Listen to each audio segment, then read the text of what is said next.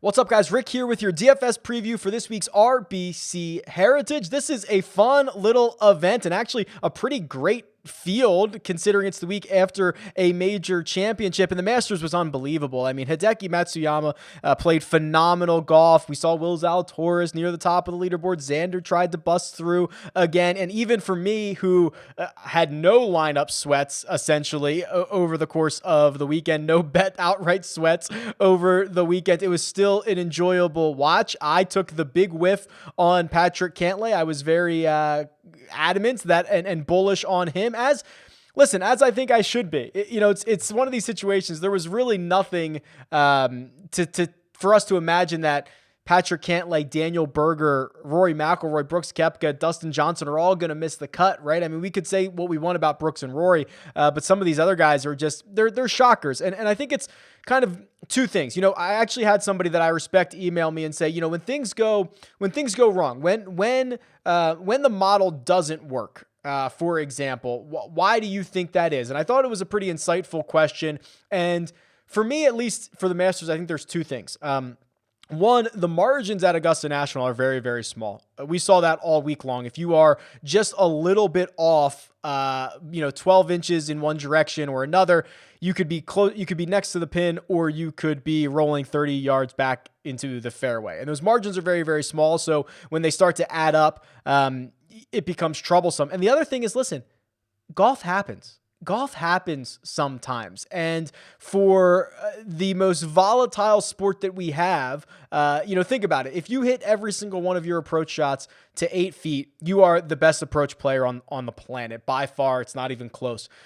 Even from there, you're then only 50% to make that putt. It's just a sport where failure happens all the time. And I think there's lessons to be learned from it. I mean, also the fact that if you don't start well, they don't even let you finish the tournament. That's the other crazy thing about golf compared to other sports. Could you imagine if Steph Curry had a poor shooting first half and they said, Steph, stay in the locker room, you can't come out and play anymore? How many times would he come out and score 25 points and save you and just kind of get your lineups back? How often does Tom Brady have a poor first half, comes out and throws 3 touchdowns in the second half to save you? That doesn't happen in golf. You can never get saved on the weekend from a guy who misses the cut. So all said, not a great week for me, but it actually was a good week for a lot of users and a lot of you out there. And I want to point out a couple of them.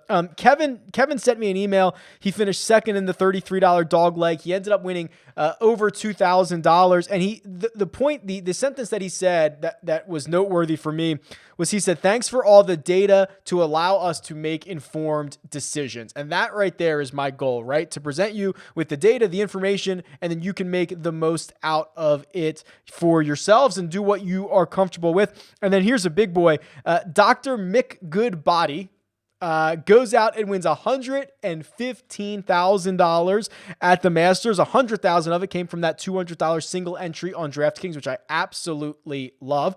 So congratulations to them. Those are the two that I just wanted to point out. Also, I have winners for subscriptions to RickRunGood.com. Michael Daly, through a YouTube comment, he won. And John DuBois, I believe I'm pronouncing that correctly, also a winner through an iTunes review. So if you want to win a subscription to RickRunGood.com, those are the two ways to do it. If you're here on YouTube, like the video, make sure you're subscribed, and leave a comment below with who you think is going to win the RBC Heritage. The other way, leave a 5-star rating and review on the podcast version of this show. It is called 300 Yards to Unknown, and it will be linked in the description. Say something nice about the show. Leave me your Twitter handle so that I can get in touch with you. And then finally, we're going to jump into golf here in just a second. There are 2 live chats this week. There is the regular 3 p.m. live chat on Wednesday, Rick Run Good YouTube channel for all your questions, answers, ownerships, whatever you want to talk about. And then there is a second live chat for stock market DFS for the Jock market. That is 8:15 p.m. Eastern time, same place, Rick Run Good YouTube channel. I think that handles all of the housekeeping items. Let's jump into this week's DFS preview.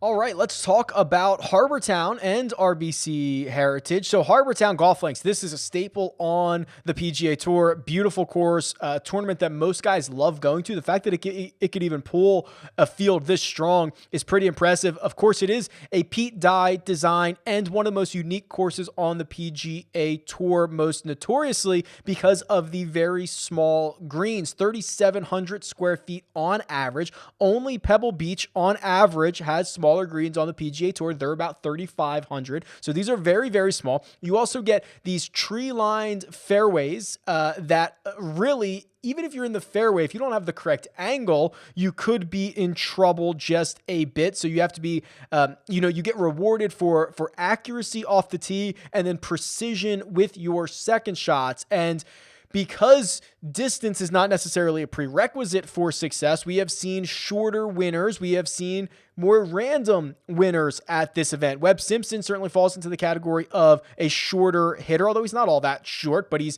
much better after they hit their tee shots than before. So he is your defending champion. We've seen CT Pan win, Satoshi Kodaira, Wesley Bryan. Those all fit the mold of kind of longer shot, shorter but more accurate hitters, guys that are going to play the angles and can get hot for a week. And that's what we've seen here. So we're going to embrace a little bit of that, of course, for this week. And if I scroll down on the course key stats tool, again, all of this is RickRunGood.com. Check it out. Have a blast.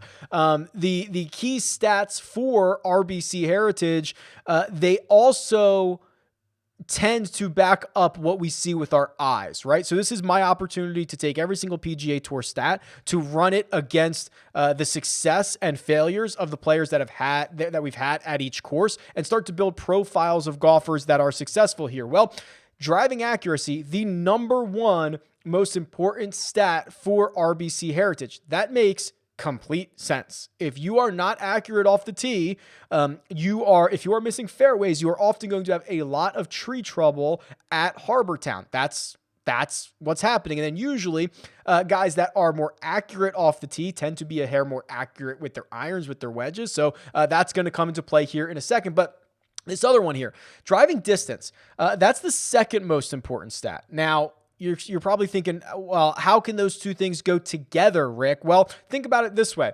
There are a lot of areas at Harbour Town where there are natural landing spots. Everybody's going to play down to the end of the dog leg. Okay, so everybody's going to play to the same spot.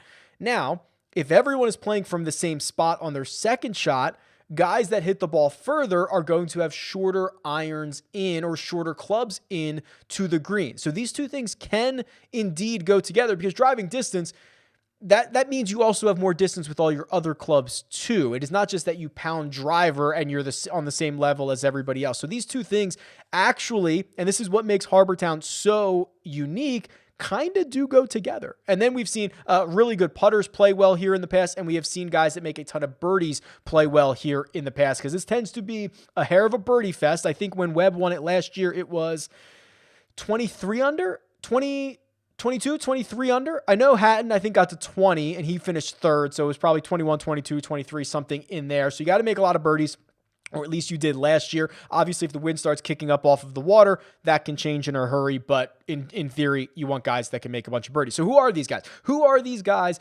that drive the ball straight, drive it long? Well, let's start with fairway percentage. That would be driving accuracy. I have the last 50 rounds loaded in here. You can certainly do whatever you want. Brendan Todd is number one. Brendan Todd in his last 50 rounds is hitting nearly 75% of his fairways. The other thing that Brendan Todd has going for him, he is a very good putter. In fact, one of the best putters in this field over the same time frame. So he has just checked two of our three boxes right here at the start of the show. We've got Brendan Todd at $7,300. That's going to be interesting. Brian Stewart is second. Ryan Armour is third. Sungjae Im is fourth. And Jim Furyk is fifth. Also, I'm going to jump down one more here. Colin Morikawa, 10,500. He is sixth. He's one of our big boys. He hits an absolute ton of fairways.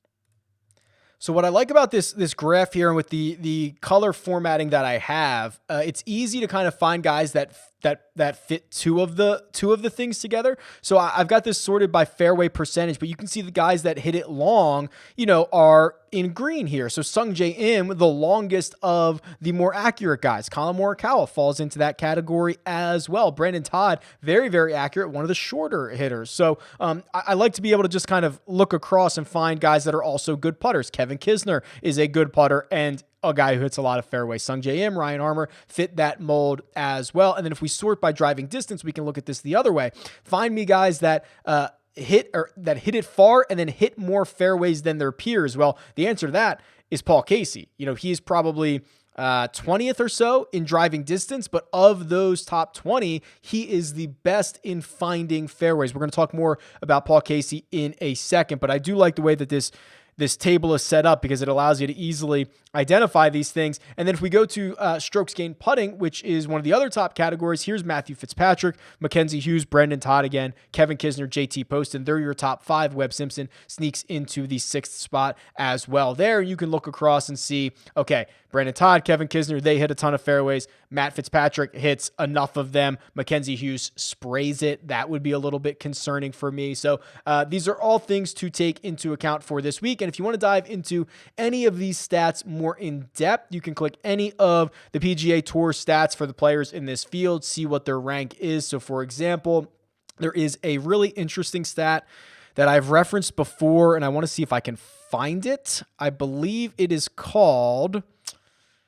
Oh, it's not an official stat. It's not from the feed. I thought it was a good one. Okay, so there is what I'm showing you is from the feed here, from the PGA Tour feed that allows me to tap into all these stats. I guess it's not an official part of the feed, but there is a stat called good drive percentage, which means how often did you hit the fairway or how often did you hit the green or fringe in regulation? It essentially means you're putting yourself in a good spot. This is the time I would want to use that stat, or you could always look at kind of distance from edge of fairway. That is generally speaking, maybe more in line with what the golfer's target might have been. There's kind of different ways to interpret this, but I do like good drive percentage. That's a stat that you can find on the PGA Tour's website. I think it's a pretty interesting one, especially for this week. So let's look at the cheat sheet for this week. And this is a pretty stacked field. We've got, 6 golfers over $10,000. Bryson DeChambeau withdrew on Monday, and he withdrew before the pricing came out. So we don't have that issue that we have seen in the last couple of weeks. And it's led by Dustin Johnson at $11,600. Patrick Cantlay, Webb Simpson, Colin Morikawa, Cam Smith making an appearance. Cam Smith, $10,200. I'm going to look this up in a second. That might be the most expensive he's ever been. We'll have to figure out if that's warranted. That was a big surprise for me, especially considering Daniel Berger is below and Will Zalatoris is $9,700. Cam Smith, massive price at RBC Heritage. We're going to have to talk about that. What do we do with these guys at the top? The two big boys, DJ and Patrick Cantlay, both missed the cut at the Masters, both very disappointing. Patrick Cantlay, to me, and trust me, I watched nearly I did see every single shot he hit, was terrible. Looked uninterested even when he would eventually then hit good shots. I actually think his Friday round was a lot better. He would hit good shots. He'd leave himself a decent putt, and there was just absolutely no chance he was going to make it. It was horrendous. DJ played a little bit better, made a couple of bogeys on his second 9 on Friday, ends up missing the cut. You guys are going to kill me for this, but if you want to be different this week, are you going to go back to Patrick Cantlay? Listen, I know, is it too soon? People are already writing this guy off for a long time. I get it. It hurts my heart as well.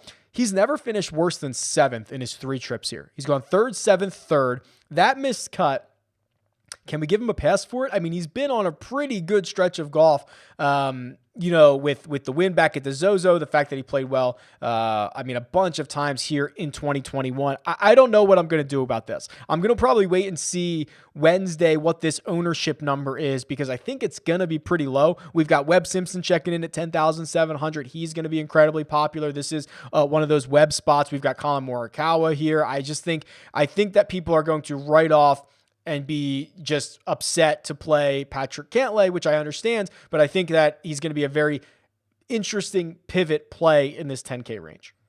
Let's take a look at Morikawa here. And what I've actually done is I did indeed load in the Masters strokes gain numbers. This is, to be clear, these are not official, and I'm going to put a designation in here that they're not official, but they're about as official as they get, right? I mean, listen, it's from shot level data. It's the XYZ coordinates. It is from, these are being calculated by us. Nelson Adcock, big help in being able to do this. I'm very comfortable with these numbers. So I'm putting them on the website. They are not official because the Masters does not share that. They don't share it with the PGA Tour, but they're essentially being calculated in the same way that official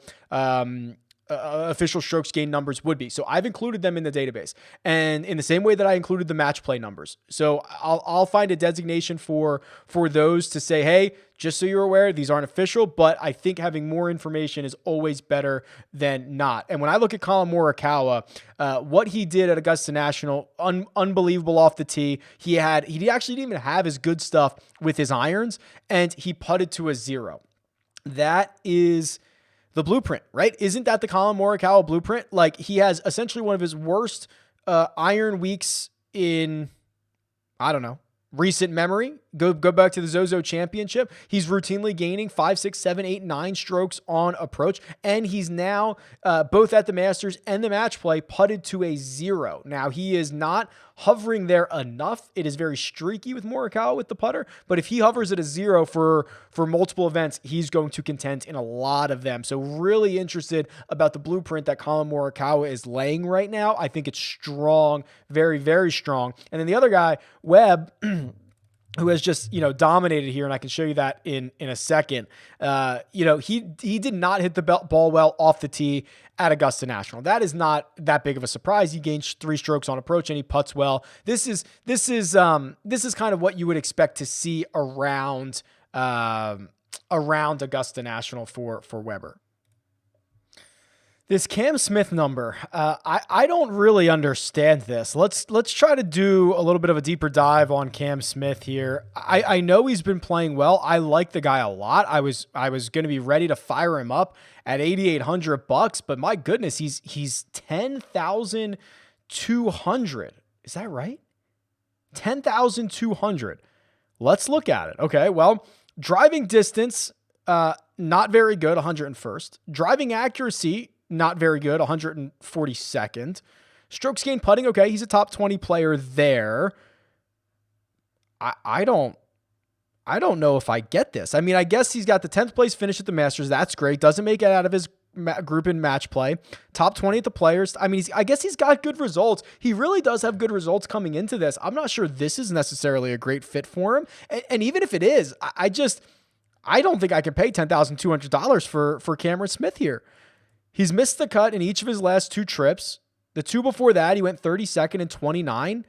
I don't think this is a good fit for him. And I'm just shocked at the number. How is he 10-2 and Paul Casey's 9-2? I'm genuinely surprised. Very much so about that number. Will Zalatoris, $9,700. Is there anything this kid can't do? The answer is seemingly no. A runner-up finish at the Masters. He's unbelievable. Do I have slight concerns for him this week? Kinda, yeah. I mean, Harbour Town is such a unique golf course that I think we really do need to lean into like what is a good course fit and what is not a good course fit. The problem I have with Will is he's not accurate off the tee, 161st on tour. Makes up a lot of his off the tee stuff with driving distance, which helps. If you're missing fairways here, you're just kind of dead, which worries me. And then he's not a very good putter outside the top 100 in strokes gained putting. We know how important those 2 things are. Again, I'll say it again. There has not been a place where Will Zalatoris has not shown up and played well. And I said, if he does it at Augusta, oh my God, because of the experience that you need, he does it there. I'll say the same thing. If he does it here, I'd be very surprised. I love this kid. I'm so bullish on him. I hope he wins 5 times this year. The metrics don't really indicate that this would be a good spot for him, but he has defied all metrics up to this point. He's been absolutely phenomenal. All right. Hatton, we're getting now down to the range. The bottom of the 9K, I absolutely love. You know, you get Terrell Hatton here. He's 9,500. The fact that he even finished 18th at the Masters is a great sign. That is a place that has given him so much trouble over the years. That was his best result, and he did it on Sunday, which is always good stuff. Now he's coming back to Hilton Head, where, remember, he finished third last year and was even par after the first round, which is, yeah, I mean, you got to make birdies. You had to make birdies here last year. So he shoots even par in the first round and 20 under over his final 3 holes. Definitely a guy who can get it going and have a lot of good vibes around here. I really like Hatton this week. Seeing what I saw at Augusta National, that place has been his kryptonite, and then doing it here. Paul Casey, we have to talk about Paul Casey, 9,200. Again, I was all in on Paul Casey last week, and he played okay, right? He ends up finishing, I think, inside the top 25. Yeah, 26, because he goes out there and shoots one of the lowest rounds of the day on Sunday, a Sunday 69. And, you know, I was showing you earlier, Paul Casey's ability to not only hit a ton of fairways, but also hit it far is a pretty deadly combination around Harbour Town. The thing about Paul Casey is the putting, and we have to look at his round by round numbers from last week. All right, so here they are. Paul Casey in round 1 at the Masters loses about a stroke on the greens, loses about 2 in round 2, loses another 1 in round 3, and then, oh, by the way, gains 2.5 strokes in the 4th round putting. What happened? Normally the answer would be nothing. The answer is actually he went left hand low. If you notice this, you can check it out. I actually tweeted it out. When he gets onto the first green, he goes left hand low on Sunday and rolls in a 7-footer for birdie, and he putted well all day long. Now, these guys are weird. They tinker all the time. But if I was Paul Casey and I went left hand low and I gained 2.5 strokes putting, I would do that again this week. I do not know that. We are going to have to try to get reports from the course, or maybe check it out in the Pro-Am, see if we can find some photos, see if we can find whatever to see if he is putting that into play again this week. Because if that's the one thing that unlocks Paul Casey's putting, I would be very, very excited about it. Paul Casey, $9,200.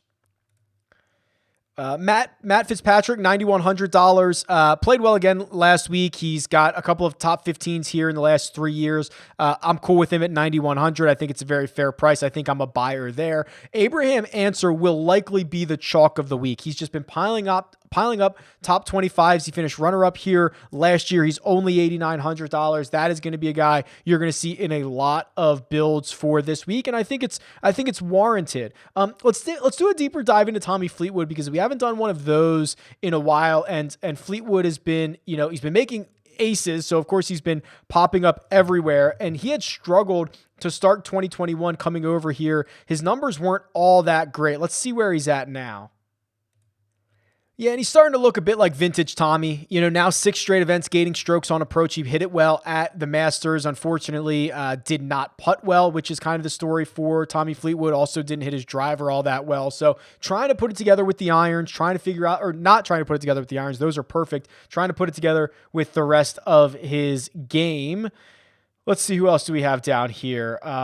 This is kind of an ugly spot for me. Guys like Brian Harmon, I think it's fine. I'm not super excited about Sergio Garcia. Understandable. Finished 5th here last year. He's been playing well. Missed the cut at the Masters. I'm not super excited to play any of these guys until maybe Matt Kuchar, which is not a name that I generally talk about, but he's been playing a lot better. When you get, the history around here is incredible, right? So if we go to his more history and we go to, and just look at all of the top 10s, I'm pretty sure he hasn't missed, he's made something crazy, like, I don't want to say the wrong number, probably 16 consecutive cuts. I think that's right. Just something absolutely bonkers. He won here in 2014. He's been piling up top 10s since he's been coming to Hilton Head. So Kuchar at 8,000 and Kevin Na at 8,100, I think are interesting as well. Kevin Na, he's doing a good thing right now. Let me show you. Here's his golfer profile page, and you can see, even though he's losing strokes off the tee this year, it's actually the best he's been since 2016, which is kind of crazy. The short game is always where he kind of works that magic, and he's very, very streaky at times, but he hits a ton of fairways. He ranks 21st on the PGA Tour in driving accuracy. He's not very long off the tee. That's not necessarily terrible here. The putting numbers have been bad, which is kind of shocking because you'd expect Kevin Na to be better. But the thing that's hard to kind of parse out in the stats is, I mean, he's basically a dead zero in the calendar year of 2021, but it's very streaky. He will gain 3, he will lose 7, he'll gain 5. I mean, it's volatility. It's not like he's going out and he's an average putter every single week. So if you want to embrace that volatility, if you want a guy that kind of fits the mold for the type of golfers who can win at Harbour Town, Kevin Na certainly, I think, fits that mold for type of golfer. Before we jump down to the real value of the 7K, the 6K, I want to go back to the Holy Grail, and I want to just look at this event for the last 6 years. So RBC Heritage strokes gain numbers for the last 6 years and see the guys that have been gaining the most. So if we just do straight up strokes gain total, it's Sergio Garcia, but he only has 4 rounds here. Next is that man, Patrick Cantlay. Listen, I'm scared too. But the numbers really like him again. I mean, I don't know. You'll have to decide for yourself. JT Poston is third. He has 8 rounds here. He's gaining 2.3 strokes per round. Matt Kuchar, 24 rounds. He has the biggest sample size. He has played well here. And then Dylan Fratelli rounds out the top 5 with Dustin Johnson and Ian Poulter right behind. If you look at kind of some of the other metrics, let's look at strokes gain approach here. Sergio, Matthew Neesmith, Abraham Ancer, Emiliano Grillo, Rafael Campos, and Webb Simpson. Those are the only guys who have gained at least 1 stroke on approach per round. And then if you want to find the good putters here, guys with a sample size, the first one would be Michael Thompson, 16 rounds. Gaining nearly a stroke per round on the greens. Brian Harmon's been phenomenal in 20 rounds. We do have some guys like Bo Hostler, Patrick Rogers, Christian Bezadenhout, who, Harry Higgs, they have smaller sample sizes. They are playing, they're up here as well. And then finally, if you want to do the architect crossover, you want to do Pete Dye. Let's do a little Pete Dye action. He's got a lot of courses out there on the PGA Tour. We can load this field in. Patrick Cantlay, number 1, 47 rounds. Well ahead of the rest of the field, gaining 1.96 strokes total on Pete Dye courses. I get it, guys. I get it. You're going to have to just click his name and close your eyes, or maybe you're not going to have to. You don't have to. But the numbers, again, all seem to like Patrick Cantlay. Siwoo Kim also in this split. He's at a stroke and a half per round. Chase Seifert, Dustin Johnson, Matt Kuchar, Abraham Ancer, Cam Davis all seem to find success on Pete Dye courses as well. Let's jump down to this 7K range and see what we can find. So Robert McIntyre has been great, right? So he finishes 12th at the Masters. He finishes 9th at the match play. So that's him getting knocked out in the Sweet 16. Lefty. You can see how many DraftKings points he has gained over his peers. It's a huge number. It's 30. So he's interesting at 7,800. We talked about Kisner kind of fitting the mold of the type of player that would have success here. We talked about Ian Poulter putting well on these greens, and he's had a lot of success here. So those are probably the guys that I'm going to kind of live with. Brendan Todd at 7,300. We talked about him as well. So these are the names that we've kind of already talked about. I don't think there's any surprises down here that we're missing out on. Dylan Fratelli, who missed the cut at the Masters, which, you can give him a pass for, whatever. Played well at the match play, has played well here in the past, $7,200. I'd probably like him more than a lot of the other guys in the low $7,000 range. I think he's interesting. I think he has a lot of upside. That's what we have seen from Dylan Fratelli, is that he is not consistent, but he provides plenty of upside. And in the 6K range, this is where it starts to drop off pretty quick here. Matthew Neesmith, we're probably going to hear a lot about. Also, you're probably going to hear the story, I think it's here, proposed to his girlfriend on the 18th green. Every time you hear that this week, take a sip. I'm pretty sure that's the story you're going to hear about 1,000 times. The other Rory Sabatini, 6,800. He's carded 3 straight top 25s at this event. He finished 10th 2 years ago. He is, you get one of those wily veterans at a course that is a staple on the PGA Tour, a unique one for that matter. And watch out. I do not mind Rory Sabatini at 6,800. Trying to see who else we might want to fire up here. That's pretty much it. I love that 9K range so much. For me this week, I'm probably living on a balanced build. Maybe I'll just avoid, the Cam Smith at 10,200. I assume Webb is going to be pretty chalky at his, 10,007. Maybe if I could get Morikawa into a lineup, maybe that's where I'd want to start. So we'll see, but I don't love much down here in this $6,500 range or lower. Yeah, I'm looking for something. I don't see it. Let's run the model and see if we can find something there. All right, so here we are. Let's do, I like to do, either 50 rounds or I kind of like to do a little bit more recent. So let's do, for me, let's do January 1st, 2021. I like that. I think that's a good time frame. We're starting to get a lot of results for that, and then we'll do it up to today, 4/12. And for me, this is not really a model that I build a lot. This is kind of the antithesis of what I build, driving accuracy, being such a big player. So let's do a big number on accuracy. Let's do 35. Let's do 20 on accuracy, or I'm sorry, 20 on distance, because I understand the importance of it, but you do not need it. It is not a prerequisite for success. Stroke gain putting, again, not something that I usually weigh a lot. Let's throw 25 on it this week. I mean, this really is much different than anything that we see before. And then let's do 10. Let's do 10 on approach, and then 10 on birdie or better. And let's round it out like that. And we'll sort by value and see, oh boy, Daniel Berger, my number one golfer using those weights. So Daniel Berger is $10,000. He's my number one golfer. Paul Casey is my number 2 golfer. Sungjae Im is number 3. Interesting. Sungjae has not hit his approach as well. You can see that. You can see it right here in the model. The thing with, and this was one of the things I got right last week, was that Sungjae Im would struggle at Augusta National, because if you're just a little bit off, you're big trouble. I like him a little bit more this week. I don't know if I'm super excited to jump back in. Then you get Webb Simpson, Patrick Cantlay, and then a host of guys. I mean, this is the mold of golfers right here. Kisner, Harmon, Morikawa, Henley. Like that's exactly right. So these are the guys that I'm going to focus a bit on. I'll do a deeper dive into Sungjae. That's a guy who I love generally, but this might be a more difficult spot for him. I also want to look into Stuart Sink. He pops up here as one of the better values, $6,700. We'll take a peek at what Stuart Sink has been up to. So that's the way that I'm going to treat this model for this week. But as always, much appreciate you guys for tuning in and all the support. This is a fun little week. I think it's going to be a good one. Tweet me at RickRunGood or leave a comment below. Best of luck, and I'll talk to you guys soon.